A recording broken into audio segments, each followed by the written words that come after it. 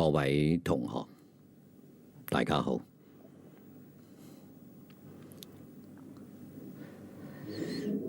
今日有25個提問，一個一個嚟解答。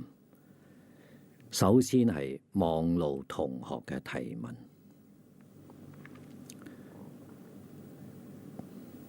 第一個問題：當別人心情唔好，或身體邊個地方有疼痛，佢話弟子都能感應到，而且會受其影響。呢個可以講係相當嘅敏感。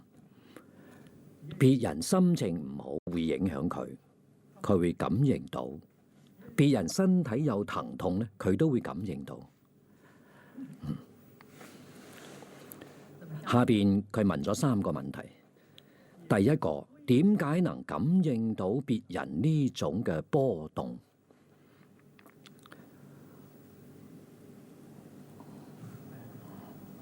我哋用科學家嘅講法，佢嘅感應非常嘅靈敏。我哋一般人感應好遲鈍，所以別人呢個心情好唔好，邊個地方疼痛，我哋感覺唔到，咁就係講我哋好遲鈍，佢好靈敏。呢個係現代科學一定會俾你呢種講法。喺佛法裏邊講，係各人有各人嘅緣分。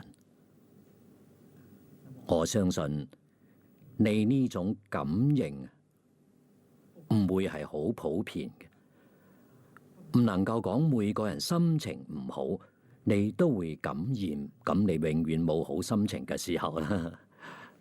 每個人疼痛，你都感覺到疼痛，咁你都冇好日子過啦，係咪啊？喺我哋想象當中，一定係某些人，唔係全體，係某些人。某些人喺佛法講係因果關係，佢同你有呢個緣分。譬如喺中國古人所講嘅母子連心。母親同兒女感應特別明顯，特別係做母親嘅，因為母親念念關懷兒女，兒女不見得想母親，係咪啊？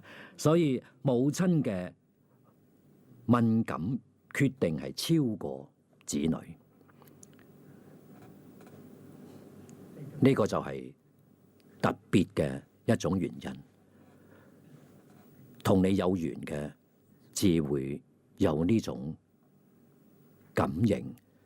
依家人講嘅係波動現象，呢個係一種感應。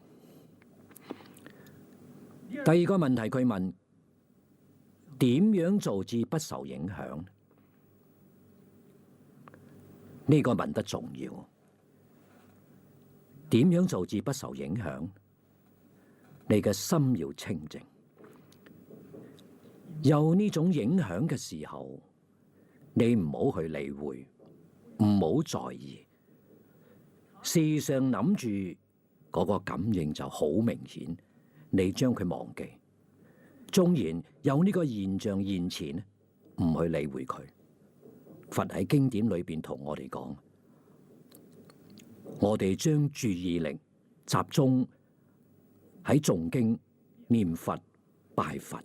呢個係最好嘅，就係唔好去諗佢，逐漸呢種現象就會少啦。喺早年，我遇到有位同修，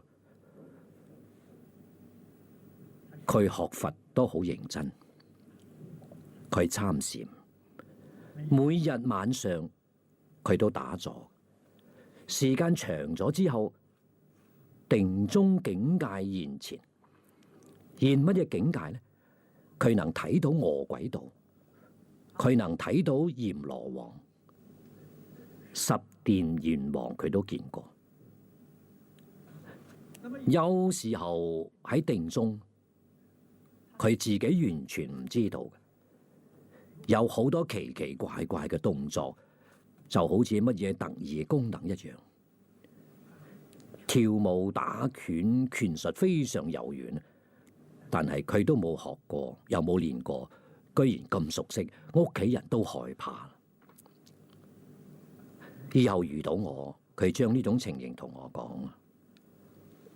佢話打坐嘅時候會有呢啲現象發生，自己不能控制自己。呢個係乜嘢呢？呢個係靈鬼，呢個操縱咗佢嘅身體，佢自己唔知道。我就同佢講，我話你以後可以改念佛，唔好打坐啦。打坐亦念佛，亦念阿彌陀佛。念佛當然最殊勝嘅方法係繞佛，就係我哋一般講散步。佛法裏邊叫經行，繞佛念佛呢個方法最好。佢就改啦，改咗之後大概差唔多有7-8個月，呢個現象就冇咗啦。所以係用呢啲方法會有效嘅，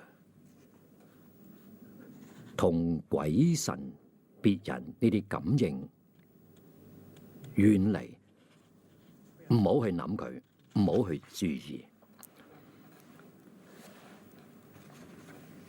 第3個問題，佢話每次發生事情之前，弟子都會覺得惶恐不安。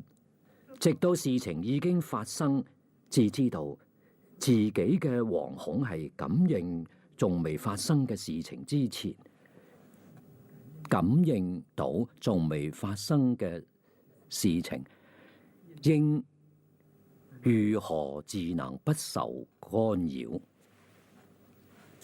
我正話所講嘅，你能夠記住，就會遠離干擾。每日念佛、誦經或者係聽經拜佛，將注意力喺呢方面集中。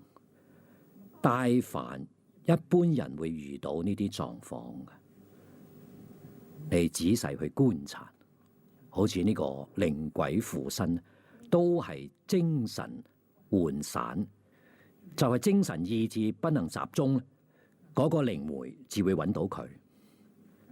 一個人精神意志集中，呢個靈鬼唔會揾上身。揾上身呢，我哋講心思散亂，所以你應當將你嘅精神意志集中，集中就唔會有呢個事情。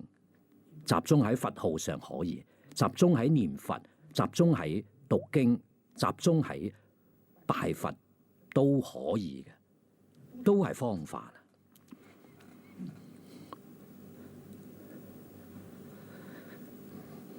第2個問題，弟子睇到不同空間嘅冤飛魚動，向弟子求救，但弟子無法與佢哋溝通，只係感應到佢哋好可憐，需要幫助，但唔知道點好。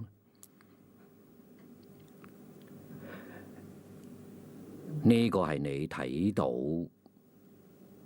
不同空間嘅小生物，冤飛魚動係小生物，呢個唔係人間嘅餓鬼道、畜生道嘅，別人肉眼見唔到，你見到畜生道嘅幽靈。佢向你求救，換句話講，你會幫助佢，佢只會揾你。你如果係唔相信、唔願意幫助佢，佢唔會揾你，揾你冇用處。既然揾到你咧，你應當要幫助佢，至少同佢念一卷經回向俾佢。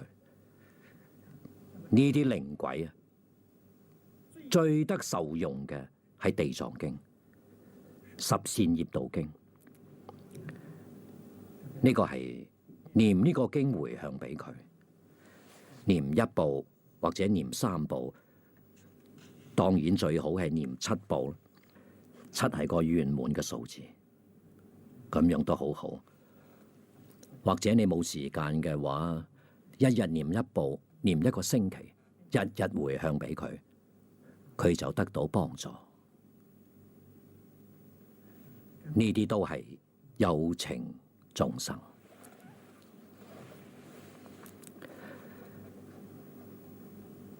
第三個問題，佢話有啲不同空間嘅眾生要求弟子每日誦無量壽經3部，念1萬聲佛號回向俾佢哋。如果弟子答應佢哋嘅要求，就無法完成道場安排嘅功課。請問應該點樣做？呢位望路嘅同學，我唔知道你係咪出家眾。如果係出家眾咧，道場裏邊有早晚功課，但係除咗早晚功課之外，加呢個功課都得嘅。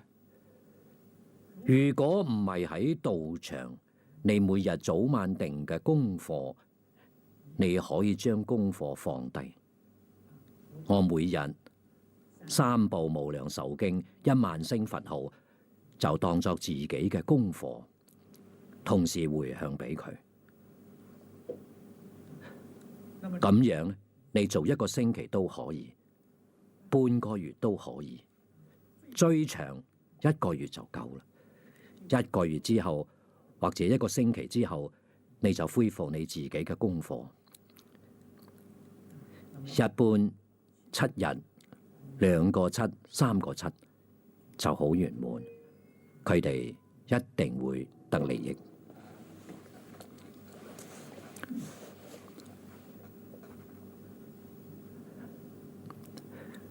第4個問題，佢話無量壽經48願講往生嘅大眾端正淨潔，悉同一類。若形貌差別有好醜者，不取正覺。容色微妙，超細稀有，咸同一類，無差別相。但係觀經對西方三聖所描繪嘅身相，卻有高低不同。再者，要解云：若具觀經及無量壽會，蓮花大小，實不可量。又同居淨土，身相不等。呢個係乜嘢原因？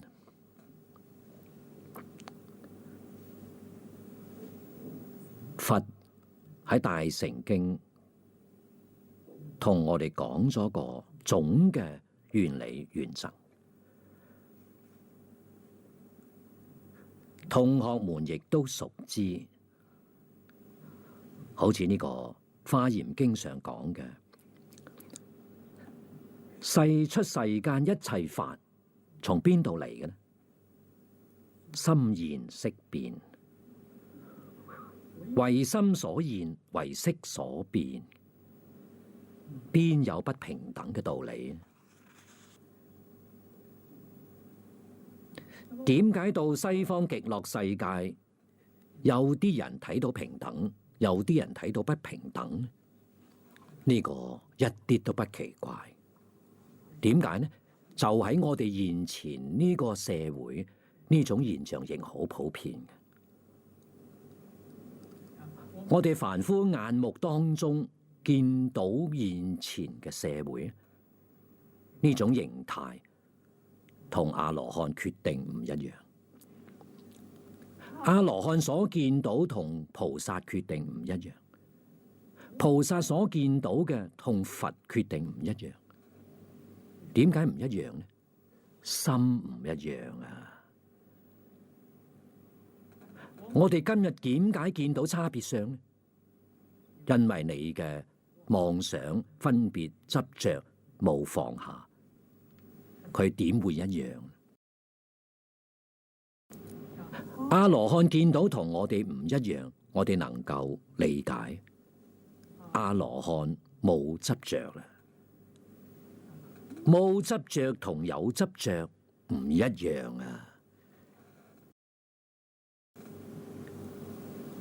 譬如講有執着嘅人，見人做錯事情，佢好煩惱，甚至於瞋恚心生起嚟發脾氣。如果佢執着冇咗，佢見到人做錯事情若無其事，睇見同冇睇見一樣，點會一樣呢？所以佢待人處事態度就不相同。菩薩境界比阿羅漢更高，於是你就知道佢嘅心更清淨，更係平等。到佛睇一切眾生，完全係佛。再同各位講，呢啲都係我哋學佛學咗咁多年，我哋能夠體會得到嘅。雖然我哋冇到呢個境界，能體會得到。佛睇我哋眾生，都睇到我哋嘅法身。我哋嘅法身同佢嘅法身冇兩樣嘅，所以佛眼睇眾生，一切眾生本來成佛。呢個係真㗎，唔係假㗎。華嚴全部係智慧，楞嚴可以講係華嚴嘅一把鎖匙，講得好詳細。喺大乘圓頓大教裏邊講乜嘢呢？任何一法都係心然識變，識點樣變呢？冇離開心性，心性係平等嘅，心性冇生滅，心性冇大細。你如果睇到有大細，你如果睇到有生滅，你冇見性。見性嘅人，所謂講一粒微塵，一個毛孔，都係遍法界、虛空界。呢個境界喺經上用咗一個名詞，叫不思議境界。不思議，我哋一般睇到呢個名詞，呢個係不能講嘅，亦不能想象嘅。呢個不可思議，不可思就係不能想，不可議就係不能說。但係佢裏頭仲有個更深嘅意義。到你自己對於一切萬法真正做到離妄想分別執着，咪就係冇念頭，亦冇言語，你就睇到事實真相。事實真相係圓融嘅，係冇差別嘅。咁觀經呢個無量壽會裏邊所講嘅，會有大小差別，凡聖同居土。凡聖同居土裏邊大業往生，我哋知道佢嘅妄想分別執着通通無斷啊，只係念佛往生嗰一剎那，佢伏住啦，佢嘅一句佛號得力，佢將呢個東西都唔想，念念就係一句阿彌陀佛，佢往生啦。生到嗰邊之後，呢個習氣又會現前，習氣斷不掉又現前，現前嘅時候自體差別相，但係呢種差別相咧，時間並唔係好長。點解呢？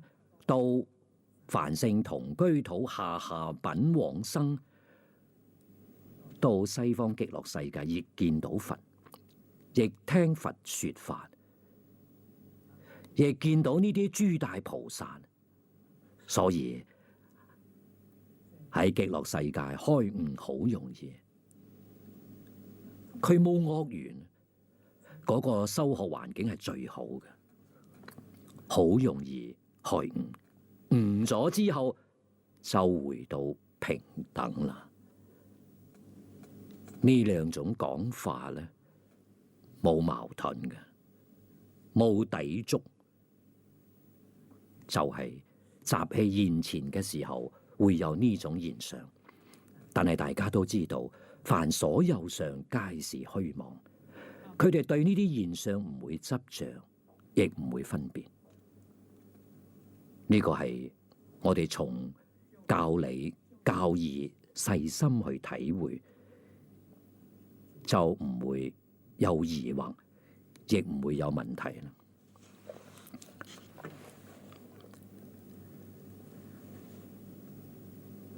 第五個問題，依家電腦正版軟體非常昂貴，寓意用盜版軟體弘揚佛法，是否如法？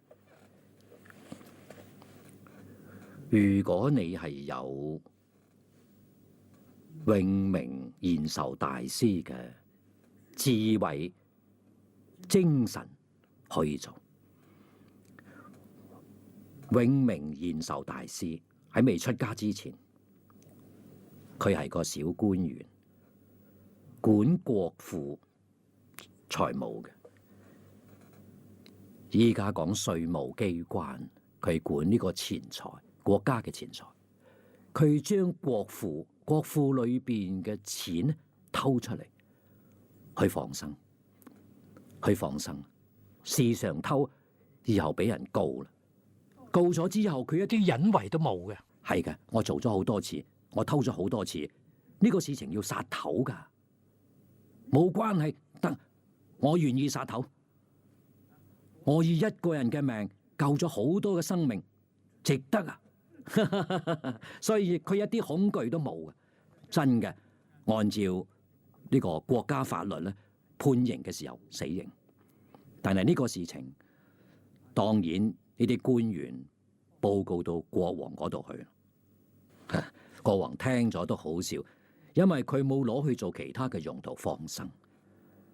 國王就下咗個命令，叫呢個監斬官、監刑嘅監斬官就同佢講：你去睇佢，拖佢到法場去斬頭，佢害唔害怕？佢如果係害怕、有恐懼嘅心，就殺咗佢。如果一啲都不害怕，就帶佢嚟見我。佢到法場咧，不但不害怕，佢仲好快樂。監斬官就問佢，佢就講：我一條命救千千萬萬嘅命，值得啊！所以監斬官報告國王，國王就召見。趙建睇呢個人好唔錯，問佢：你希望將來做乜嘢？佢話：我希望出家。國王就成就佢，做佢嘅護法。呢個係我哋淨土宗第6代嘅祖師。所以你有呢種犧牲奉獻、救世救人、捨己救人，可以。如果你用盜版，人哋告到你，當然你又冇錢賠償，咁你只有坐監。我相信唔會有死刑，坐監可能要判幾多年，亦冇關係。你就喺監房裏邊念佛往生，做出個樣子嚟俾大家睇，呢個都好好啊！呢個事情係我做嘅。我願意去坐監，坐監好似閉關一樣，喺裏邊念佛求往生，以往生嘅瑞相去度嗰啲眾生，咁得嘅。呢個可以，呢個就係菩薩大權示現。如果你冇呢個智慧，冇呢個精神，呢個事情唔可以做。點解呢？我哋要考慮到佛教嘅形象，佛教徒重做呢啲非法嘅事情，呢個錯誤，呢個唔可以。尤其喺依家嘅呢個社會，盜版嘅事情太多太多啦。我哋一生唔做呢個事情，縱然佛法不能弘揚，我哋都唔做。咁係乜嘢原因呢？眾生無福啊！呢個我哋要懂。所以國家禁止嘅，我哋就唔做。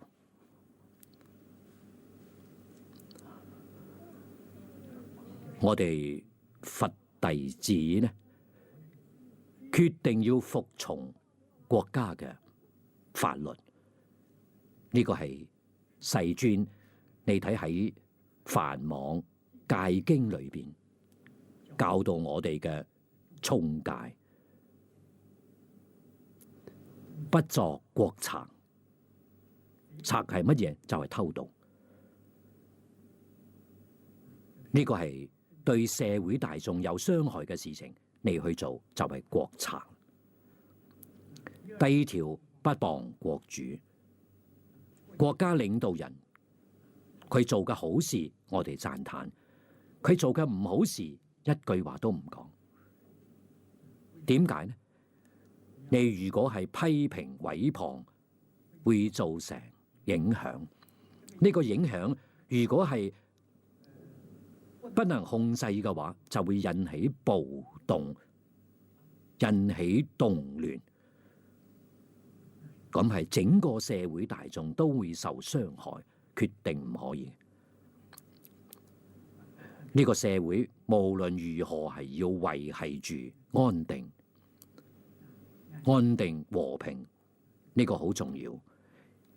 應樂經呢，亦係菩薩戒經，裏邊有兩條：不留國稅，人民有納稅嘅義務。如果話漏稅，呢個罪過好重嘅，因為稅收係屬於全國人民嘅。你如果係漏稅、偷稅嘅話，等於講你盜用全國人民嘅財物，嗰個麻煩大啦。你話偷一個人嘅嘢，將來還債還一個人好還。中國有10幾億人，你如果係偷嘢，你乜嘢時候還得清呢？10幾億人，人人都有份，通通都係你嘅債主，你嘅麻煩就大啦。佛門裏邊最麻煩，因為佛門係十方常住，不但係呢一個國家地區，佢係遍法界、虛空界，十方世界裏邊所有出家人都有份。你話呢個麻煩大啦，所以佛喺經上時常講，戒經裏邊都講，你做5逆10惡嘅罪，佛都能救你；你偷常住物，佛冇法子救，因為你嘅債主太多。我哋要懂。最後亦係應樂經裏邊講嘅，不犯國制。國制就係國家法律。決定唔好去違反國家法律。佛弟子持戒就係守法，要做社會一個好嘅榜樣。日日佛教我哋持戒，我哋如果係破戒犯規，就做唔出好嘅形象。呢個唔可以嘅，所以一定要知道影響所及，結罪係從呢個地方結，從影響方面嚟結罪。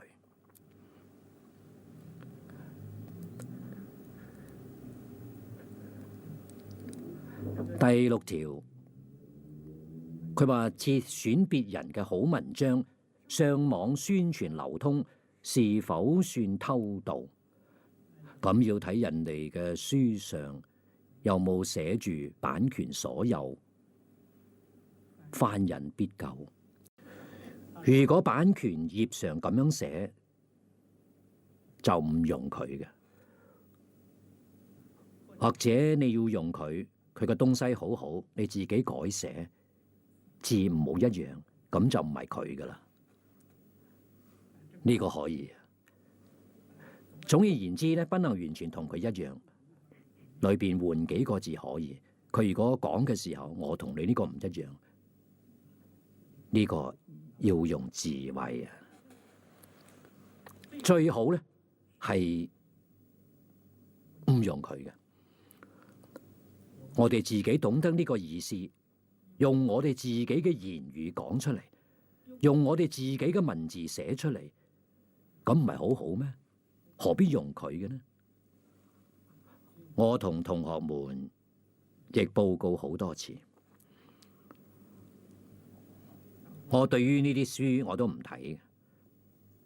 人哋送書俾我，我頭一個就睇版權頁，版權頁寫上版權所有，翻印必究，呢本書我決定唔睇。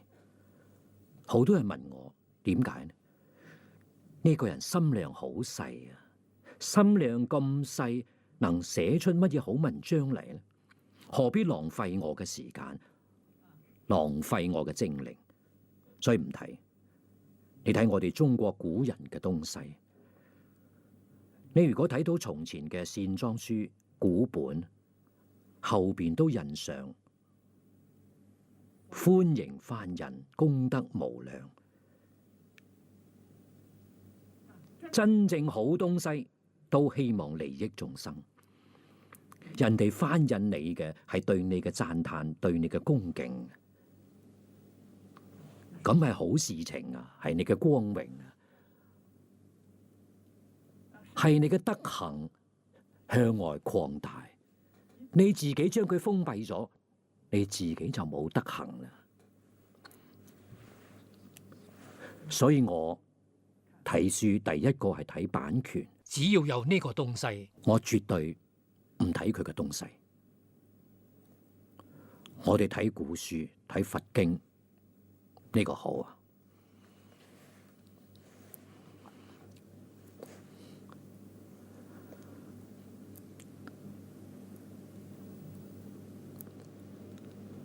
下邊係新加坡同修提出有4個問題。第一個問題，請問近年來不斷嘅努力做和平工作，是否睇到咗成果？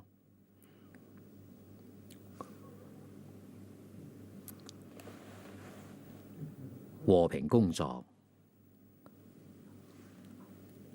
喺世界各地，可以講確實有唔少志士仁人好認真努力喺度做。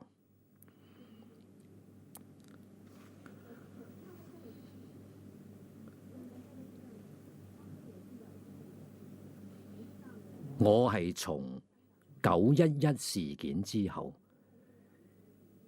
接受昆士蘭大學嘅邀請，昆大有個和平學院，好多大學裏頭冇呢個學系嘅，佢有和平學院。學校邀請我同和平學院嘅教授們做一次交流座談會，前後我參加2次，喺昆士蘭大學。至知道啊，全世界大學裏頭有和平學院嘅唔係佢一家，有8家。當然係好少唔多啦。世界上咁多大學，只有8個大學設有和平學院，專門研究化解衝突，促進世界和平。呢個學院裏邊將近有20位教授，好似係19個人，將近20個人嘅從事於呢個工作。喺過去佢哋解決問題思維嘅方向，總不外乎熱戰同冷戰。所謂熱戰呢，確實係有啲西方人主張對付恐怖分子嘅方法，就係鎮壓、武力鎮壓、報復，用呢種方式。911事件發生之後，至知道呢個方法唔得，仇越結越深。呢個恐怖事件就越嚟越多，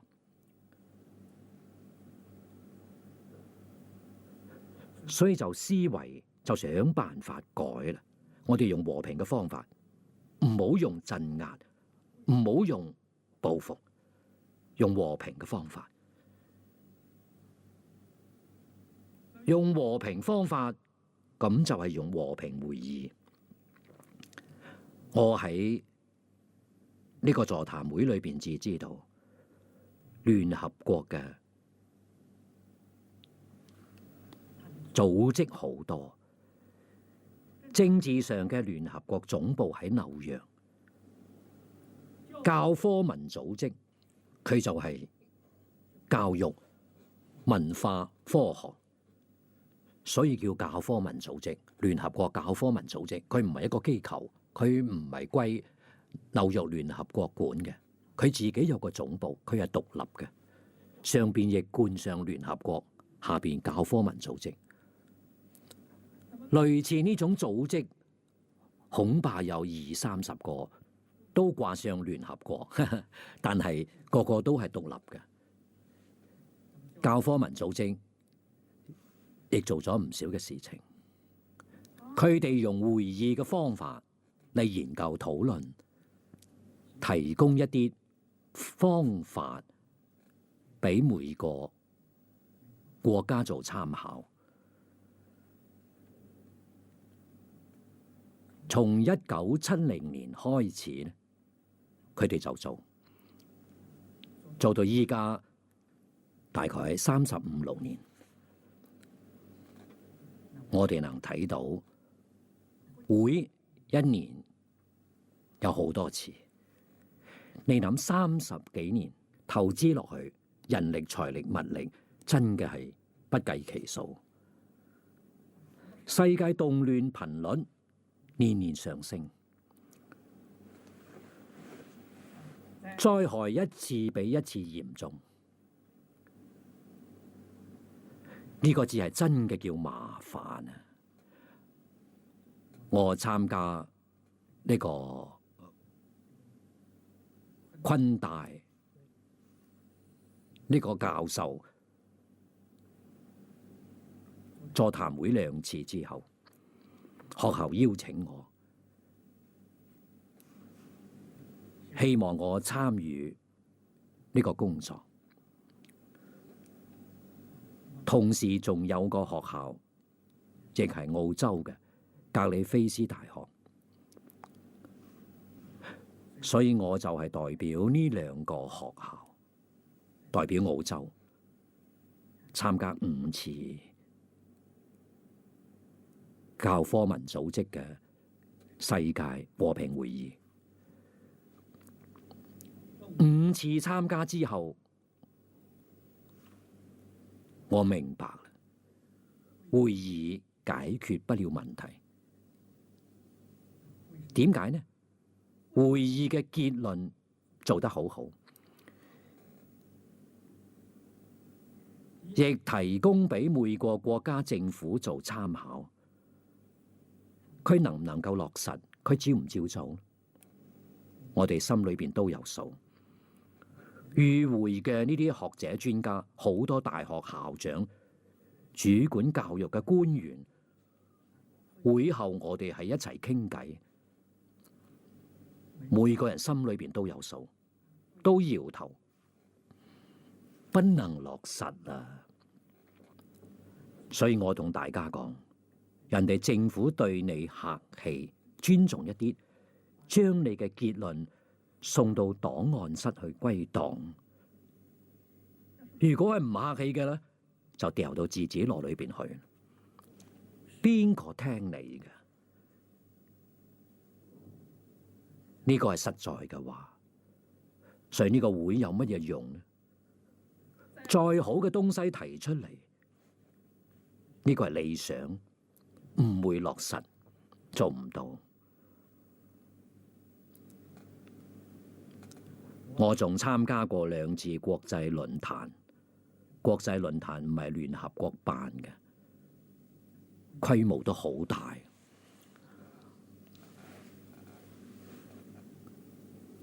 我哋深深嘅反省，中國古人教我哋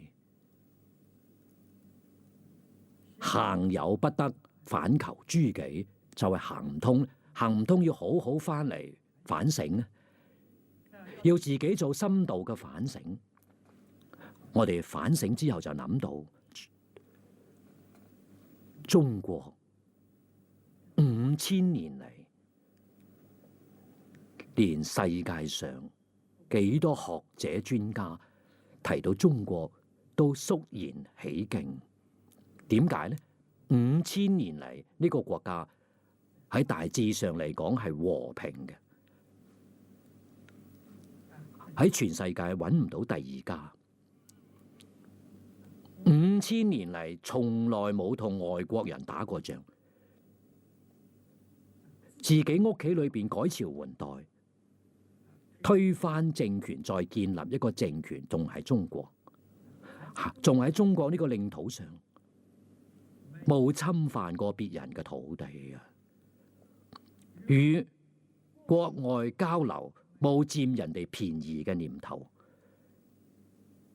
你睇下從前，外國向中國進貢就係送禮物，與中國還禮咧，一定多過佢厚道啊！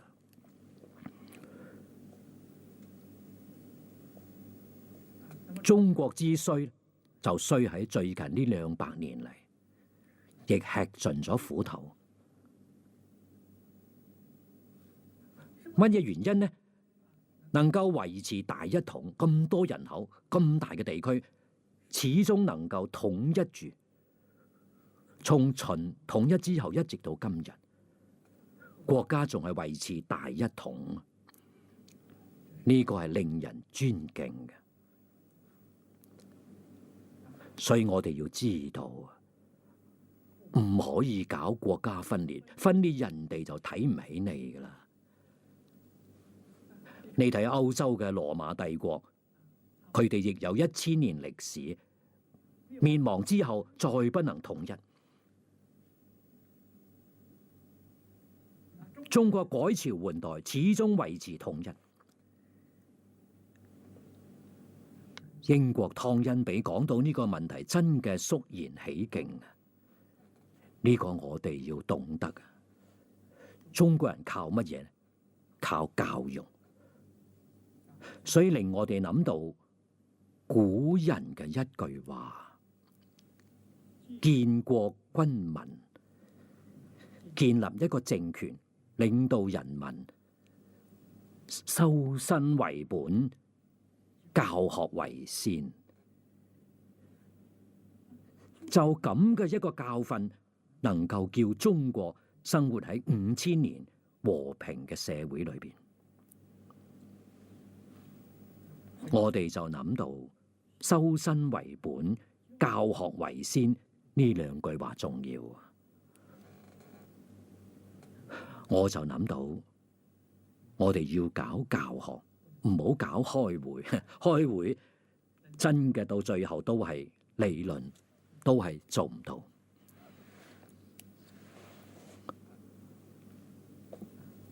我哋再諗下古聖先賢喺中國，以孔子、孟子作為代表，呢個係繼承祖宗嘅教誨，傳統嘅教誨。喺國外，你睇下每個宗教嘅領袖，呢啲宗教家，佢哋點樣起家嘅咧？靠教學。所以各位要記住，釋迦牟尼佛係搞教育嘅。佢老人家當年在世，講經300餘回，說法49年。嗰個會就係我哋依家講嘅辦班啊！佢喺49年辦班辦咗300幾次，我哋喺經上睇到。時間短嘅1日、2日、3日，時間長嘅有幾個月嘅，亦有大經嘅時候有幾年嘅。所以我哋今日換個名詞，大家就好懂。釋迦牟尼佛辦班教學49年，咁大家就好懂啦。人民係教得好嘅，凡係從事於教學工作，首先要肯定人性本善。你睇中國古老嘅教育，《三字經》上頭一句話就說明人之初性本善，所以你要承認人性都係善嘅。佛經上講得更好，一切眾生皆有佛性，咪就係人性本善啦。呢個係要肯定嘅。人如果不受教育，佢會俾環境嚴污，佢點解會變成不善呢？學壞咗噶，你冇好好教佢。所謂係近朱者赤，近墨者黑。你如果係教佢善，佢就變善；你教佢惡，佢就變惡。所以我講，好人係教出嚟嘅，壞人亦係教出嚟嘅，恐怖分子都係你教出嚟嘅。你點能怪佢呢？要怪自己冇教好，咁至正確啊！咁至能夠真正化解問題。三字經上接落嚟講得好啊！你睇性相近，呢個本性本善，大家都一樣相近。習相遠，習係習慣。每個人習慣唔一樣，咁就越嚟越遠啦。遠係乜嘢呢？同自己嘅本善距離就遠，變壞啦。我哋睇下依家嘅教育，你就知道恐怖分子從邊度嚟嘅。依家嘅教育，邊個教呢？唔係父母教，唔係老師教，電視教你，網路教你，小朋友電子遊戲機教你，咪就係學呢個東西咯。呢個裏邊教嘅內容係乜嘢呢？暴力、色情、殺盜淫妄。所以細路受呢個教育，佢會殺父母㗎，佢會殺兄弟。點解會殺呢？遊戲啊！佢唔知道呢個係錯誤，亦唔知道呢個係犯罪。佢係乜嘢？好玩啊！就好似打電動玩具裏邊殺人一樣。呢個就係乜嘢？恐怖分子係你教出嚟嘅。喺邊度呢？可能就係你嘅兒女，可能就係你嘅孫。話唔定邊一日乜嘢原因，佢就將你一家人都殺咗。教出嚟㗎。中國傳統嘅教學，呢個我講過好多遍。由於呢件事情，回過頭嚟去翻下古書，古人教乜嘢？自揾到4500年前、5000年前，中國老祖宗點樣教佢嘅後代？嗰個時候教乜嘢？教倫理、教道德、教因果。從乜嘢時候開始教？從細路出世，呢個了不起啊！呢個真嘅喺全世界揾唔到第二家嘅。細路出世2、3日，擘開眼，會睇會聽，父母就教。呢個係乜嘢？叫身教。父母喺細路面前言談舉止，全部係正面嘅，全部係善嘅，決定冇惡嘅。細路雖然唔會講話，佢日日睇，日日聽。所以中國諺語有所謂3歲看80。3歲肯定仲未接受學校教育。中國古時候接受學校教育大概係6、7歲開始。呢個係父母喺佢面前所展示嘅，佢所睇到嘅、聽到嘅、接觸到嘅，無惡，全部係善。你如果係唔高興、發脾氣、嘈交，去外邊，千萬唔好俾細路見到。細路見到都係和善嘅，所以佢從3歲就有能力辨別是非，佢就會選擇呢個係啱嘅，嗰個係錯嘅。呢個係教育啊！所以喺學前嘅教育係父母，係大人。所以《弟子規》唔係俾小朋友讀嘅，《弟子規》係乜嘢？《弟子規》係父母做出嚟，做俾小朋友睇，完全係父母大人嘅身教。佢自細就學會，佢就見到大人，佢會孝順佢嘅父母，佢就學會啦。將來自己長大就會孝順自己嘅父母。如果做父母嘅不孝順佢嘅父母，佢見到啦，佢長大亦係一樣，決定不孝順，因為佢見到樣子。你對你嘅父母不孝順，咁我哋做兒女嘅對父母亦唔使孝順。佢見到咗，到6、7歲返學嗰個時候，學校都係私塾。老師做出榜樣，所以老師值得人尊敬。佢要將細路教育接住，從6、7歲帶到12、13歲，呢個階段係老師起心動念、言談舉止要符合倫理道德，咁就係身教係最重要嘅。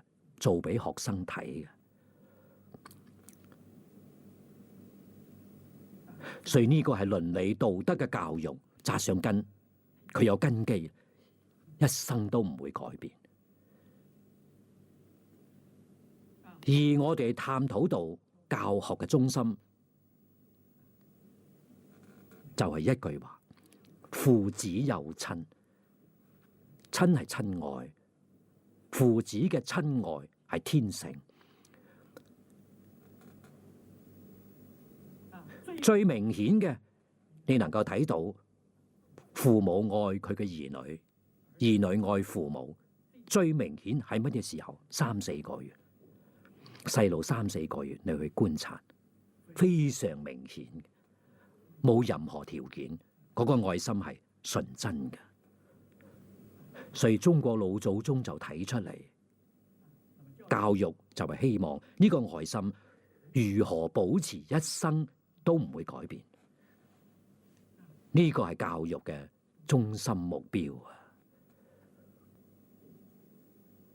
父子嘅親愛一生不能改變。第二個目標係將呢個愛心擴大到愛你嘅家人，愛你嘅兄弟，愛你嘅呢個同族，愛你嘅鄰里鄉黨，愛社會，愛國家，愛人類，呢個愛擴大。所以聖言教育真嘅就係一個字：愛的教育啊！愛人點會害人呢？愛人只有捨己為人，犧牲自己成就別人，絕對唔會害人。呢種教育維繫中國5000年嘅道統啊！中國自古以嚟，你睇古書裏邊好少講國家，一開口就係天下，嗰個心量幾大？你哋睇《弟子規》裏頭，凡是人皆須愛，冇講我家嘅人、我國嘅人，凡是人皆須愛，心量幾大啊？呢個道理我哋要懂得。和平工作嘅成效一定係從真嘅要有動作。喺今日中國外國傳統教育通通冇咗，呢個係我哋最擔心嘅一件事情。所以我哋喺舊年亦正好有咁嘅緣分。有個居士送我一筆錢，呢個錢正好可以足夠辦呢個事業。我哋就選擇喺我嘅老家鄉安徽廬江選一個鎮湯池鎮，呢個小鎮12個村莊，居民有48000人。我哋就想用呢個嚟做個試驗嘅點，我哋將弟子規推動，令呢個小鎮裏頭48000人，男女老少各行各業一齊學。你依家叫細路學冇用嘅，細路學咗，佢一睇屋企嘅大人唔係咁樣，你呃我，佢唔會接受，所以一定係大人亦要學。老人亦要學，通通都要學，至能產生效果。我哋嘅預估咧，總要半年到1年，至能見到效果。出乎我意料之外嘅，嗰邊嘅老師同我講，2個月效果就出現，非常明顯。喺從前呢個鄉村裏頭嘅人居民心量都好細，都係自私自利，夫妻嘈交，婆媳不和，細路不孝順不聽話，青少年打交鬧事，好平常嘅，好多啊！我哋推動2個月之後咧，夫妻嘈交冇咗啦。婆媳能相處，相處得好好，細路懂得孝順父母，鄰居亦都知道互相尊重、互相相讓，唔爭啦。商店裏邊冇人偷嘢啦。2、3個月之後，商店裏邊就講，原來每日睇得好緊嘅都會唔見嘢，依家唔睇咧，都唔會唔見嘢噶啦。人與人之間呢，都會客氣，見面都會打招呼，行禮都會90度鞠躬。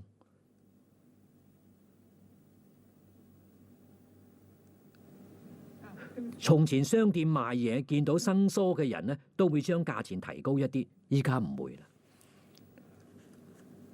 2個月就見到效果，所以我哋呢批老師呢，非常歡喜，感覺得好欣慰。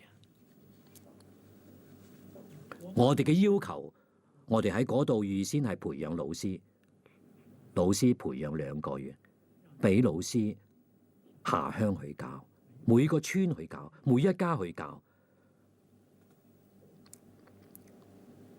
老師先要將弟子規100%嘅落實，你如果不落實，你冇資格教，人哋唔相信你。所以自己要做榜樣。我哋培訓咗30個老師，用2個月嘅時間。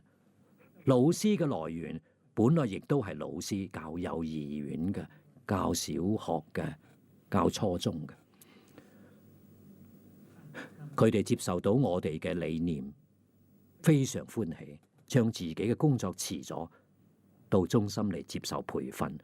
培訓之後，我哋嘅目標咧就係大家喺一齊學習10年。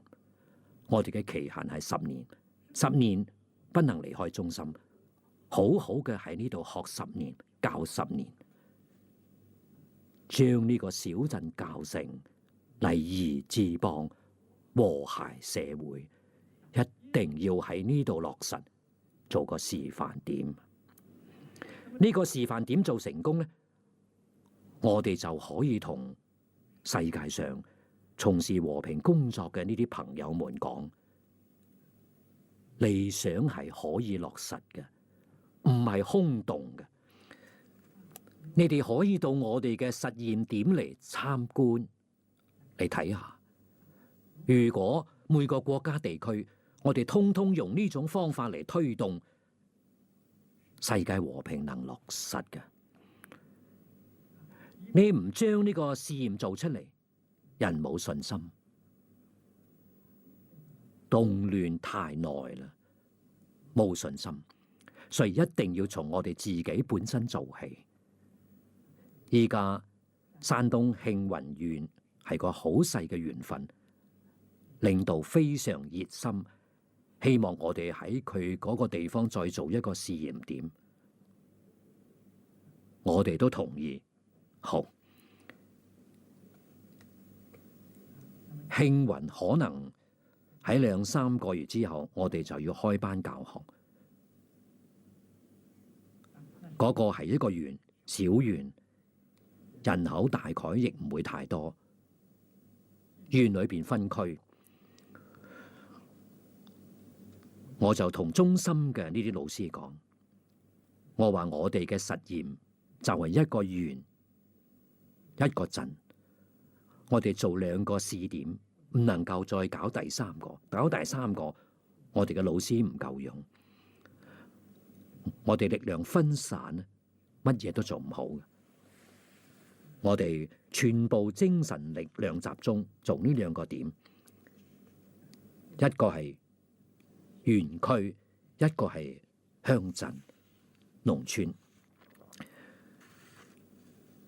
呢2個點做好之後，可以提供俾國家做參考，亦提供俾聯合國做參考，俾全世界愛好和平，點樣化解衝突，點樣落實安定社會，世界和諧。如果不從呢個地方做，我係講鎮壓不能解決問題，報復不能解決問題，開會亦不能解決問題。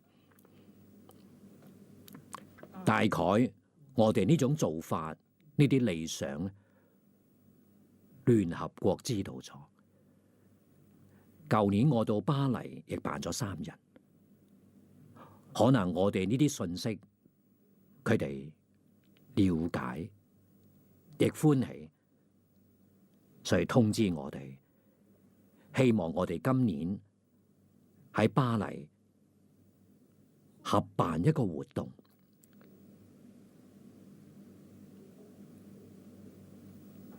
呢個活動名稱好好，慶祝維塞節。我哋知道維塞節係佛誕節，呢個係聯合國教科文組織嘅總部同我嘅澳洲靜中學院合辦，所以我哋呢次係主辦人。有泰國嘅大使，泰國仲有一個大學協辦，地址就喺巴黎，時間係10月7號、8號2日。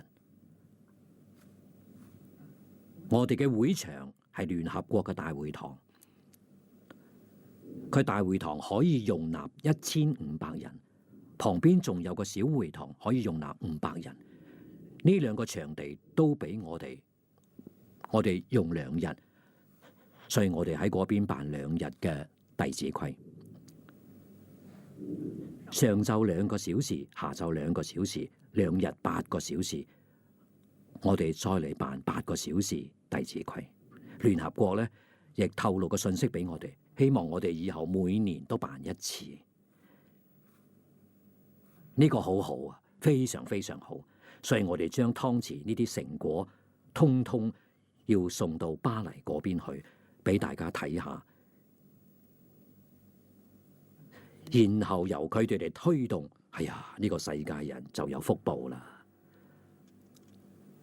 我哋知道全世界各國駐聯合國教科文組織嘅大使有180人，就係180個國家地區參加呢個組織呢個活動，佢哋嘅大使都會嚟參觀，好快就傳遍到全世界。希望全世界通通搞辦班，所以呢次我嘅講題係熱烈慶祝遺失節，學習釋迦牟尼佛辦班教學，化解衝突，促進社會安定、世界和平。呢個係我嘅講題。慶祝釋迦牟尼佛，向釋迦牟尼佛學習。釋迦牟尼佛一生做乜嘢呢？辦班教學，真嘅能解決問題。孔子亦係辦班教學。喺西方，你睇耶穌咧，亦係辦班教學。佢嘅時間最短，3年俾人害死咗。回教嘅穆罕默德辦班教學27年。都係從教育着手啊，所以建國軍民，教學為先，修身為本，呢個比乜嘢都重要。不從自己修身，教學就收唔到效果嘅。我時常講嘅，聖人講東西點解咁感動人？佢做到咗，做到以後講到係聖人。講到之後，佢真能夠做到呢個賢人。講咗之後做唔到，叫呃人啊！呃人唔會成功㗎，一定要做到。自己做唔到唔得㗎。喺中國傳統係3教，儒釋道3教。3教嘅根，我哋從根本上捉。儒家嘅根係弟子規，佛法嘅根係十善業道，道家嘅根係感應篇、太上感應篇。呢3樣東西係根啊，所以我哋每個老師呢3部書都係必修課。1年當中要100%嘅落實，你只有資格做中心嘅老師。你如果做唔到嘅話，你就冇辦法教人。你教人哋唔服你。我哋希望呢個中心將來能夠有30個老師。依家我哋30個一面培訓，一面嚟教，達到你哋都聽過蔡禮旭老師嘅講演。依家達到佢嘅水平嘅有10個，就係我哋今日有10個蔡禮旭。我哋希望將來明年呢，再過1年，我哋有30個蔡禮旭。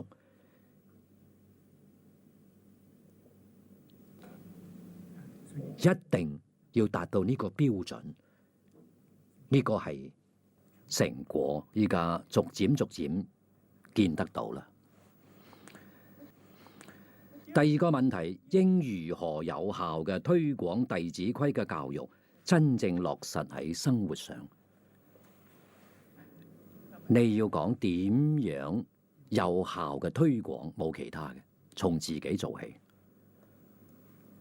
我自己能將弟子規100%嘅做好，喺邊度呢？喺屋企做，你就會感化一家人。你喺公司行號裏邊去做，你決定感動你整個公司。無論你係乜嘢職務，你喺公司係乜嘢職務，人哋見到你真正做到嘅時候，冇不尊重你，冇不敬佩你嘅，呢個係一定道理。再細嘅職工都得嘅。將《弟子規》落實喺生活，落實喺工作，落實喺處事待人接物，一定從自己開始，從自己做起。第三個問題，佢話如果有新建嘅淨宗道場，應讓出家眾或在家眾嚟管理，較為妥當。妥當不在出家在家，呢個冇關係嘅，要喺真正懂得佛法。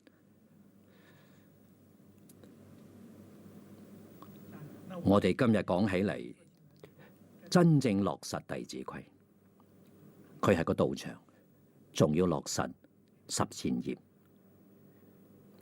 有弟子規，有十善業嘅落實，佢嚟管理道場，絕對唔會錯。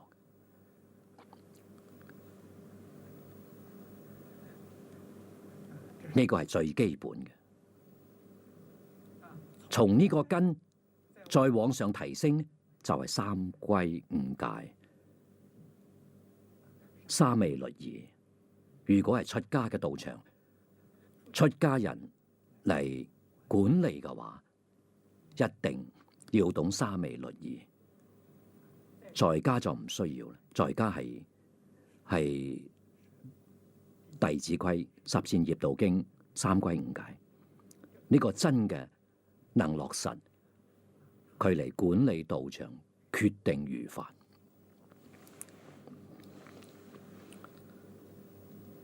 第四個問題，如果道場運作經營不足，是否可以義賣或千人宴嚟籌款？呢個冇必要。點解呢？學佛首先你要信佛，信佛係非常唔容易嘅。我嘅老師教我，我一生相信，我能夠遵守。如果你真嘅係如法，你係為正法久住，係為利益眾生，佛菩薩照顧啊！你何必求人呢？求人就困難啦，求人你就煩心啦，你嘅道心就冇咗。求佛菩薩，有求必應嘅，自自然然佛菩薩會照顧。我呢一生冇求過人，全部係佛菩薩照顧，所以我好相信。我學佛今年55年，55年從來冇一件事情佛菩薩令我失望，冇嘅，所以我非常相信。辦事情冇錢呢，係緣不足啊！所以我哋要反省，我自己有冇過失？自己冇過失，係眾生冇福啊！呢個冇法子啦。我哋自己冇過失，眾生有福報，當然現前。所以唔使操心噶。佛菩薩會送禮，佢亦唔會送多，大概都送到啱啱好。送多咗會點樣咧？會增長你嘅貪心。我哋亦冇呢個必要，佢會送得啱啱好，令你嘅事情辦得好圓滿。呢個道理要懂啊！而家咧有義賣千人宴，我哋喺呢個南方呢啲地區時常見到，我哋亦不反對，我哋自己唔做呢個事情。下邊香港同修有5個提問。第一個係聖經上講，上帝喺7日之內創造萬物，而佛經上講萬物係因緣而生，六道眾生輪迴而嚟。請問應如何理解？每個教有每個教嘅講法，唔好將佢混合起嚟一齊去搞，你就會搞亂啦。你睇中國古人教我哋一門深入，長時分修。你一門深入，深到一定嘅地方，你就通啦，你就明白啦。我喺印尼回教嘅大學講演，學生亦提出呢個問題嚟。印尼國家承認5個宗教，5個宗教點樣能合得起嚟呢？佢話我哋經典教義都不相同，提出呢個問題嚟問我。當時我講台上，講台嘅前邊有一棵樹，盆栽，大概有3、4尺高，長得非常好。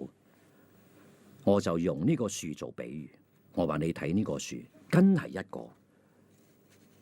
你睇佢嘅幹有好幾支，有好幾支，幹有枝，枝有條，條有葉。我話呢啲枝幹條葉就好似不同嘅宗教，譬如你係伊斯蘭教，你係一個條，你深入到枝咧，仲係不同；深入到幹仲係不同，再深入到根咧，完全係相同嘅。所以講一門深入，同其他嘅宗教做朋友，凡是人皆須愛。你睇《古蘭經》上唔係講咩？真主確實係仁慈的。我哋要將真主嘅仁慈從自己、我哋嘅信徒身上表現出嚟。我哋對一切眾生仁慈。關於呢啲問題，你唔好去讀其他嘅經，只讀你自己嘅《古蘭經》，好似手指一樣，5個唔一樣。你讀到呢度咪就一樣咯。你就全部通啦。你嘅深入唔夠啊，深入到一定嘅深度，其他嘅就全部通啦。學佛嘅人，你就專門讀佛經；基督教就專門讀聖經，暫時唔好去干涉其他嘅。到觸類旁通嘅時候，豁然大悟啊！其他嘅經教咧，可以做參考，自己一定係學自己嘅東西。到乜嘢時候至可以參考別人自己嘅東西，達到咗一定嘅深度，你至去睇其他嘅矛盾就冇咗，就通啦。自己唔夠深度嘅話，你睇其他嘅東西仲係有矛盾。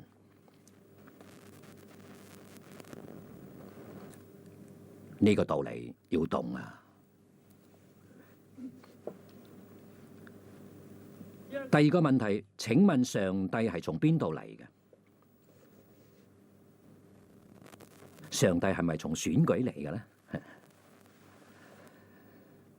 啱啊！我哋人都唔承認佢係上帝，佢就唔係上帝。我哋大家都承認佢，咪就係選舉出嚟嘅咯。喺佛法裏邊講福報，所以佛經裏頭講，你修嘅大福報超過人間帝王嘅福報，你就到天上去做天王。天王就係上帝，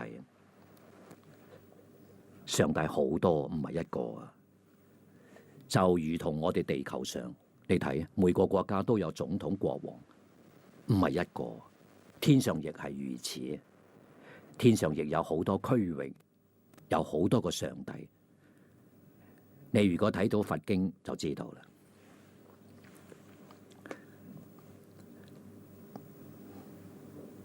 第三，佢話我嘅媽媽問我嘅心喺邊度呢？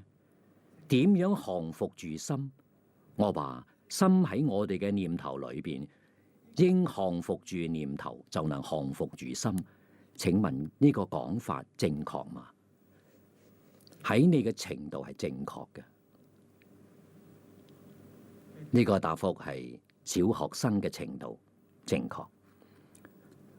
再往上提升呢，仲有更精彩嘅答覆。越往上去就越精純。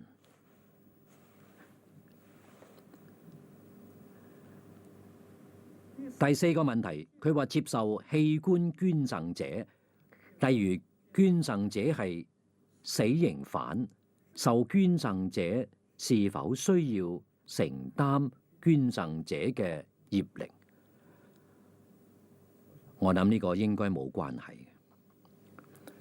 捐贈器官與業力不產生任何影響。如果產生影響嘅話，咁你嘅個人修持就成問題，你就會有障礙。唔會嘅。嗱，呢個係一切法從心想生，你嘅心純正，無妄念，時常保持正念，唔會受任何干擾。請問佛教徒是否可以用聖杯紅色嘅兩塊木板喺佛菩薩面前徵詢佛菩薩嘅意見？呢個事情佛經上冇嘅，但係幾千年嚟寺廟裏頭確實係有，確實佛教寺廟裏頭有呢啲東西，仲有簽。我哋過去啱啱出家，因為接觸佛法都係從經教，而唔係一般嘅呢個入佛門，都係從經教入門，所以對於理論好重視。佛經上冇呢啲東西，呢啲東西屬於迷信，所以我哋出家喺寺廟裏邊，寺廟有呢啲東西，我哋偷偷將佢攞去燒。寺廟裏邊有焚化爐，攞去燒。我哋嘅老和尚咧好慈悲，佢知道佢都唔講，過兩日佢又攞一套嚟，攞嚟嘅時候，我哋冇幾日又將佢燒咗。燒咗之後，佢又攞一套嚟，之後算啦。所以我哋對呢個態度係既不贊成，亦不反對。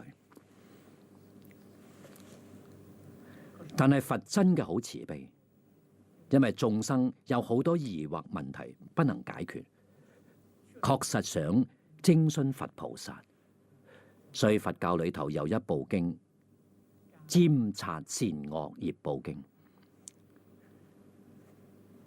你睇印光大師為我哋提倡嘅觀世音菩薩靈感課32課，嗰啲都係占卜。但係佢有方法，譬如用觀世音菩薩呢個靈感課嘅話，你先要恭恭敬敬、誠誠懇懇嘅跪喺佛菩薩面前念南無觀世音菩薩108聲，然後再占，只有靈驗。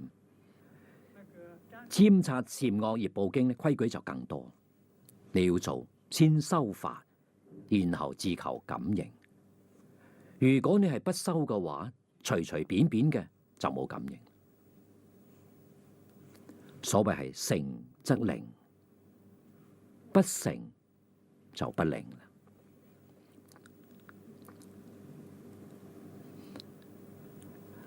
下邊有10個問題係中國同修提問。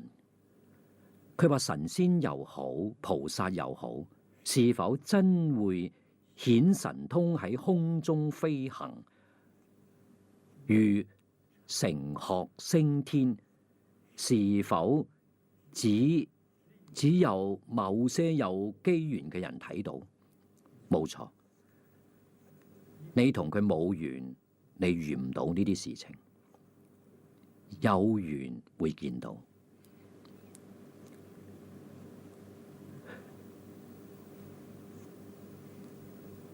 呢啲事情仲有比呢個更玄妙嘅，好多啊！佛經裏頭有解釋，連科學裏頭都有解釋。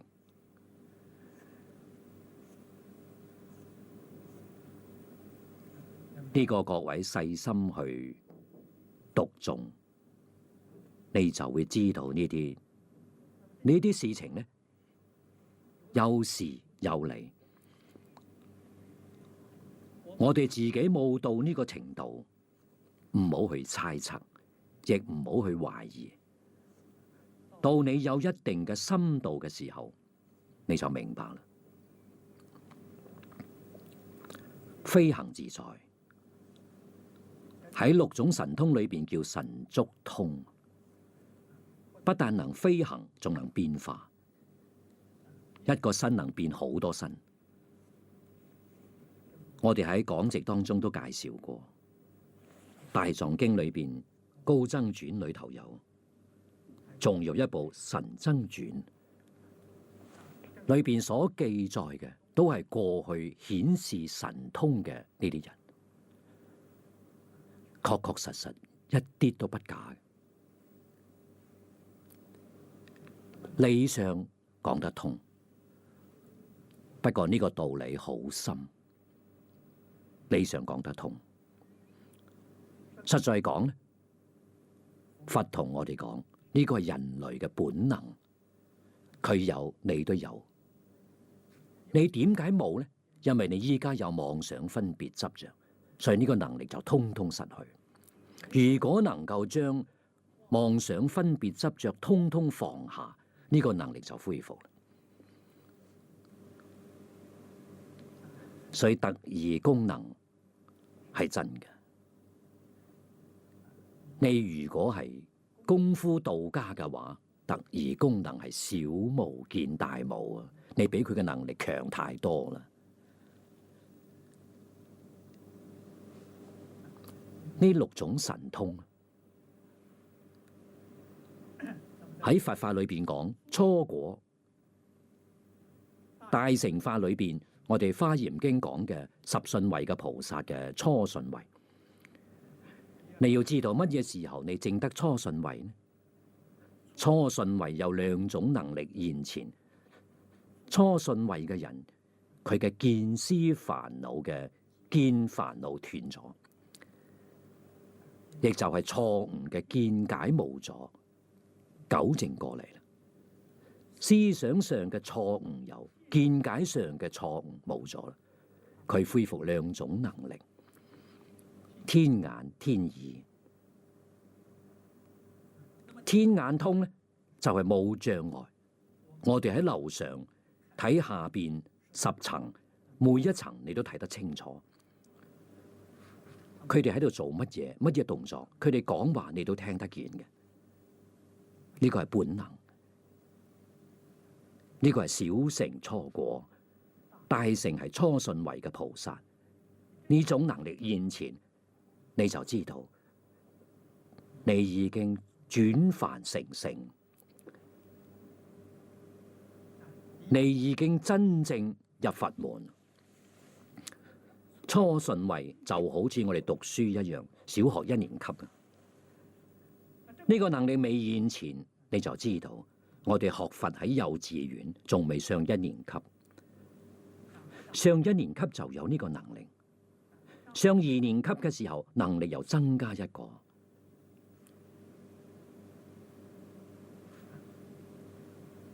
他心通，別人心裏邊起心動念，你知道。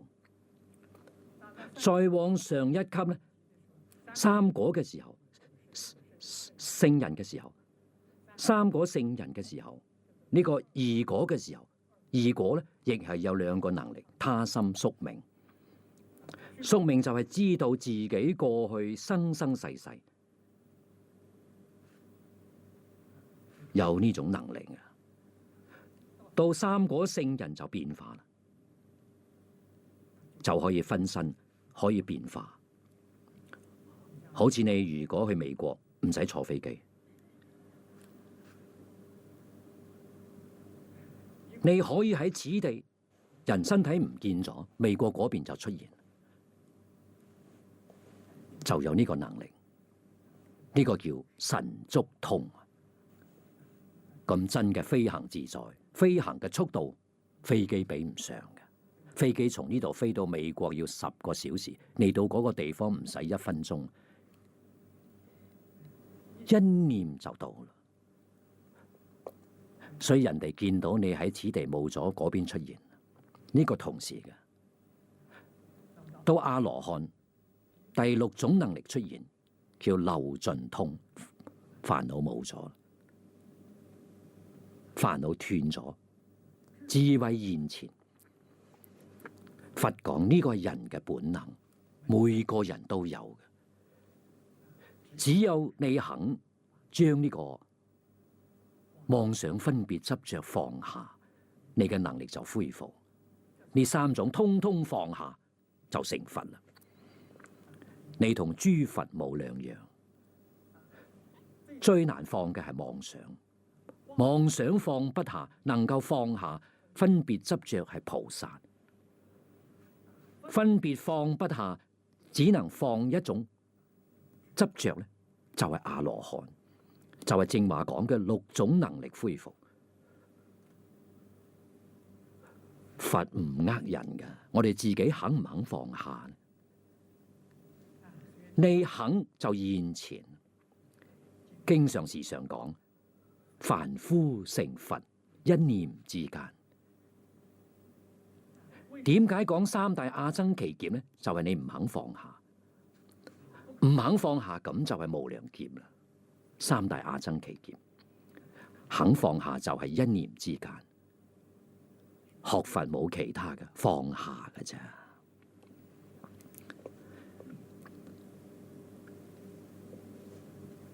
第2個問題，父母親學佛亦念佛，但歡喜養家禽，俾自己嘅兒女去殺，請問身為兒女者應該如何處置？要勸父母不能殺生，要同佢講，殺生念佛亦不能往生，而且殺害眾生冤冤相報，沒完沒了啊！你如果唔會勸，正好我哋依家呢度有一套光碟，點解不能食佢哋？帶翻去俾佢睇下，佢就知道啦。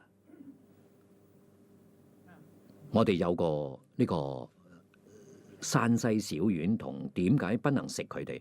好多人睇咗之後咧，唔敢再殺生，唔敢再食肉啦。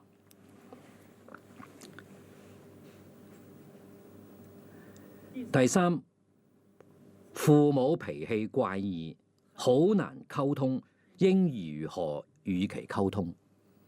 呢個係你盡大孝嘅機會。如果好好溝通，你嘅孝心好難睇得出嚟。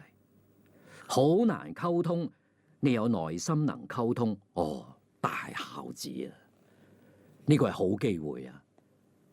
你可以讀下我哋中國歷史上舜王嘅故事。舜王嘅父母同兄弟咧，係最難溝通嘅。你睇佢點樣做法？佢居然用咗3年，將一家人感化。中國人講孝行，24孝，佢喺第1。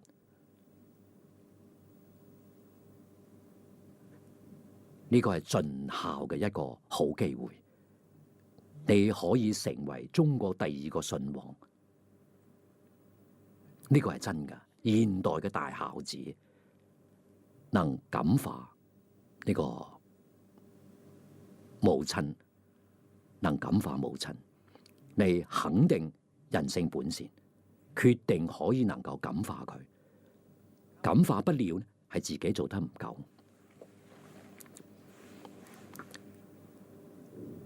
第四個問題，認識佛教中講觀世音教我哋大慈大悲，大勢至教我哋一心念佛，一句佛號就能成就。但係單係一句佛號就係小乘，加上觀世音菩薩就變成大乘。請問為何單係一句佛號講小乘？呢個話係方便說。實際上大小乘係喺我哋自己發心，我哋呢句佛號專門係為自己求往生嘅，希望離苦得樂，呢個係小乘。如果我哋呢句佛號係希望到西方極樂世界有成就，再翻嚟度呢啲苦難眾生，呢個就係大乘。所以此地方便說。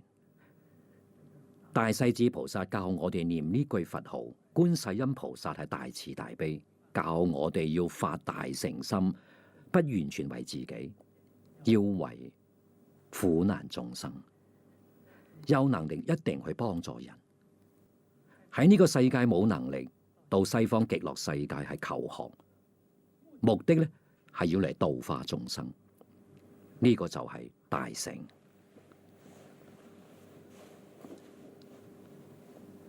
第五個問題，點解供養佛祖先時需要打開供品？如有外殼包裝嘅，要將佢拆封。呢個冇其他嘅，係表我哋自己一種誠敬。我哋供養祖先，供養佛菩薩。如果供品封得好好，唔打開，我哋呢個要俾人食嘅話，你諗下睇，人哋話你呢個唔係誠心，你睇你封得咁密，我都食唔到。呢個係表示自己嘅誠敬表法，唔理佢係唔係食，我哋嘅誠敬心表示到啦，係呢個意思。呢個都係培養我哋自己孝心、誠心誠意嘅供養，對佛菩薩、對祖先呢都咁誠意，對父母嘅照顧肯定好周到，呢個一定嘅道理。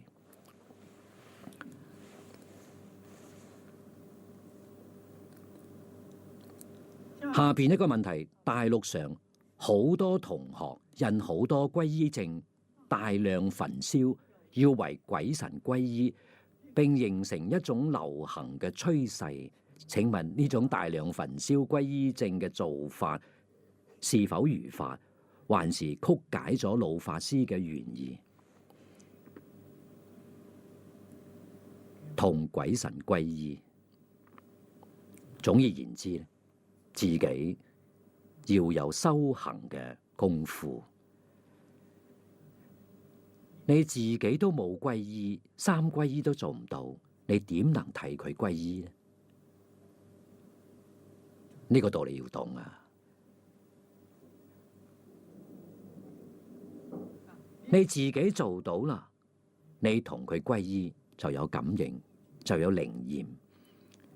你自己冇做到呢個皈依證，佢攞去都冇用處。皈依證嗰張紙起唔到效果嘅，係要自己有加持。呢個要懂得。譬如你自己念經、念佛加持，咁就會有感應。呢個一定要懂得。同鬼神幫助佢哋，鬼神提出嘅要求多數係誦經念佛。你呢個皈依證供養在，我哋會同鬼神立個牌位，供養喺牌位面前。譬如講念三部無量壽經，或者念三部地藏經，念1萬聲佛菩薩名號，誠誠懇懇嘅同佢做皈依，最後再將佢消化，呢個有用。如果係草率嘅，冇呢種誠意，咁就不靈啦。你呢個做法，鬼神不但不感激你，鬼神仲會笑你，有口無心啊！道理呢要懂，俾鬼神係咪有效果呢？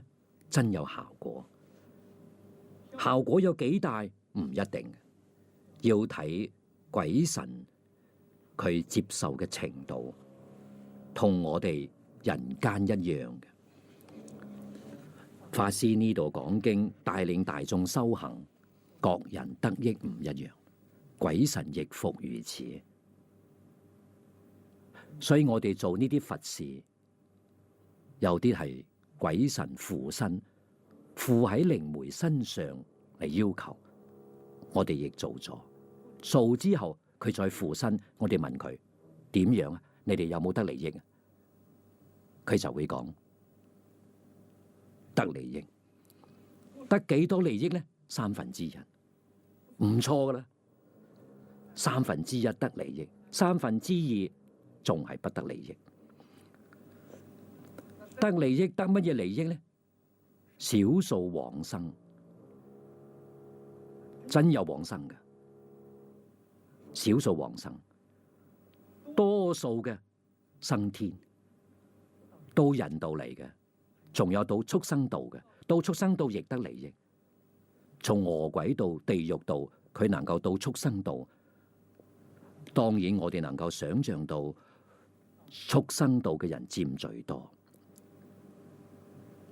再嚟就係到人道，到天道就會更少，往生嘅係最少。真嘅會得到利益嘅。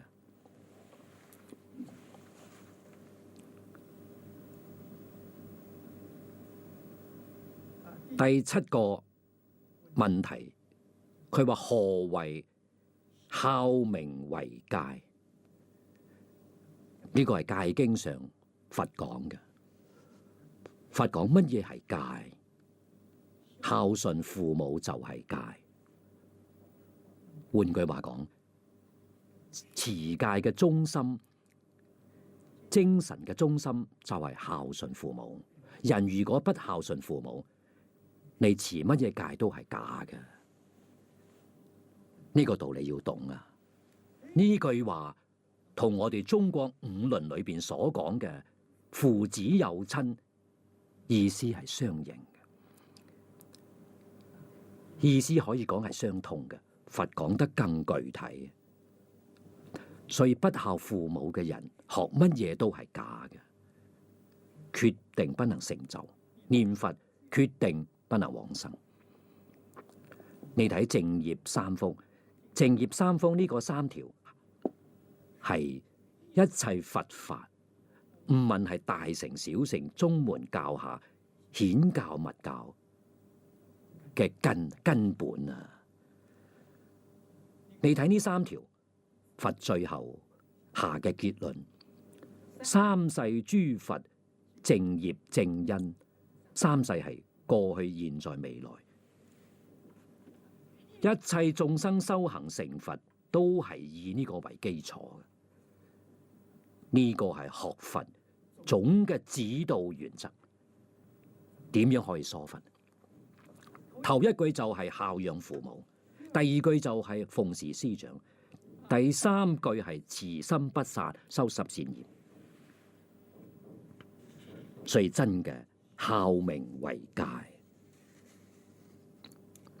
孝係戒嘅根本。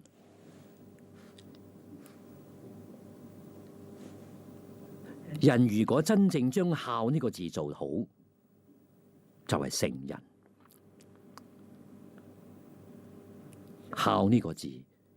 融合天地萬物。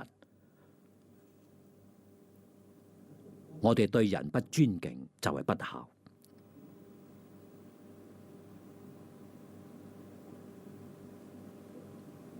點解呢？呢個字係會意，中國文字係智慧嘅符號。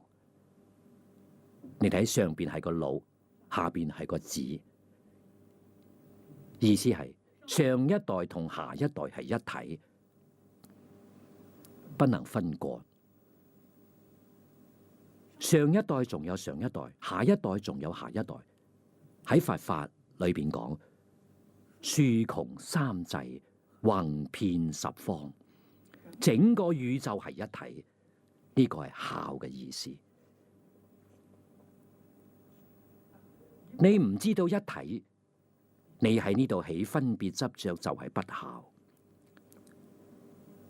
所以孝道圓滿係乜嘢時候呢？成佛至圓滿，菩薩仲不圓滿，成佛至圓滿。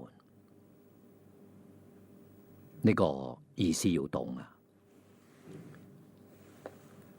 第八個問題，福州地區好多人發心放生，做成捕鳥業、賣鳥嘅生意興隆，呢種放生是否如法？不如法。呢個唔叫放生，叫害生啊！點解呢？你唔放佢就唔會捉啦，因為你放生促成佢大量去捕捉啊！呢個係錯誤嘅，所以學佛要有智慧。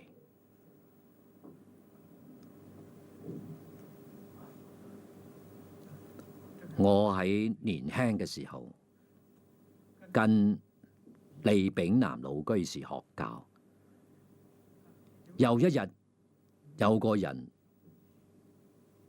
抬咗一隻大海龜，海龜好大嘅，抬嚟我哋圖書館要賣。當然我哋一睇就買落嚟放生啦，所以大家集資將佢買落嚟。第二日到海裏邊去放生，過咗2、3日，佢又抬一隻嚟。李老師話唔要啦，我哋唔放生，以後就冇咗。如果你要嘅話，佢一個禮拜會搞2、3隻嚟噶，佢會大量捕。點解呢？佢有生意嘛，佢賣唔到，佢就唔會去捕殺。呢個道理要懂啊！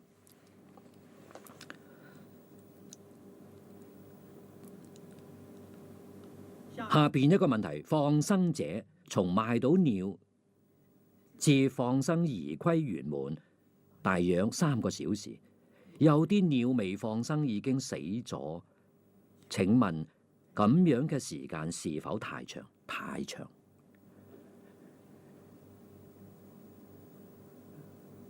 呢啲眾生好可憐，佢實在希望你快脆將佢放生，救佢一命。你仲要叫佢搞3、4個鐘點，你咪害死佢。佢唔會感激你嘅。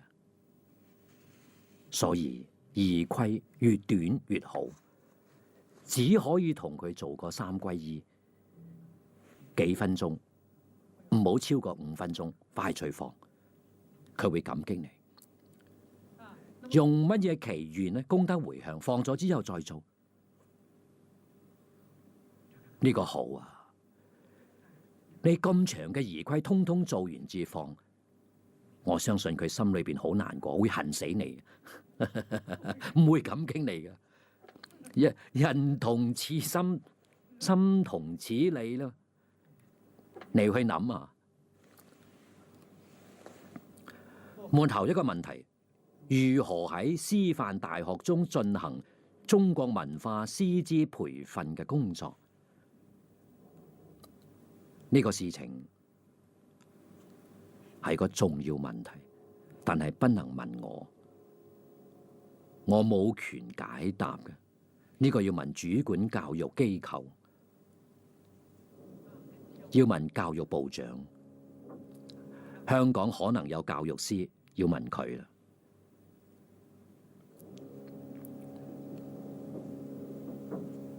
培養師資太重要啦！我哋詩人亦有呢個意思去做，專門培養中國文化師資。所以我有個諗法，我係培養50個老師，時間呢亦係10年。儒家嘅30個人，我希望能有30個人；道家嘅希望有10個人；佛家嘅10個人，50個人，50個人志同道合，我哋係一齊學習。時間10年，要搵個山上去，10年唔落山嘅。我哋喺山上好好去讀10年書，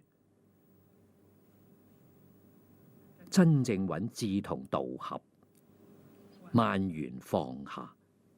10年閉10年關，10年唔出大門，搵咁嘅地方。如果我哋嘅祖宗有福，佛菩薩保佑，或者呢個事情就可以能夠做成功。冇10年出唔嚟啊！10年點樣呢？學一樣東西，學多咗出唔嚟。譬如我哋學佛法，我學彌陀經，我就10年專學彌陀經。嗰個學地藏經10年專學地藏經，嗰個人學普門品10年就專學一部普門品。10年之後學普門品嘅人就係活嘅觀世音菩薩，學彌陀經嘅就係活嘅阿彌陀佛，學地藏經嘅佢就係地藏菩薩。10年專攻一門，至會有成就。搞多咗唔得嘅，一定要遵守祖宗嘅教誨，一門深入，長時分修。10年長嘅時間分修，10年之後落山呢，再去教學。儒家亦係一個人一部經，學《論語》嘅10年專搞《論語》。學大學中庸嘅10年專搞大學中庸，學孟子嘅專門搞孟子，學禮記嘅專門搞禮記。10年一門深入，佢至成為專家學者啊，至能夠有用處。我哋呢個做法，國家咧唔會採納嘅。國家唔可能俾你10年，佢係按照依家學校嘅規矩，每日要上好多節課。呢個寒暑假仲要放假，我哋冇放假嘅，過年都唔能夠翻屋企，就係閉10年關。你屋企人可以嚟睇你，你唔能夠翻去，咁樣至會有成就。我哋依家有呢個願望，有呢個念頭，能不能成就呢？咁就要睇佛菩薩加唔加持啦。好，今日我哋嘅答覆就到此圓滿啦。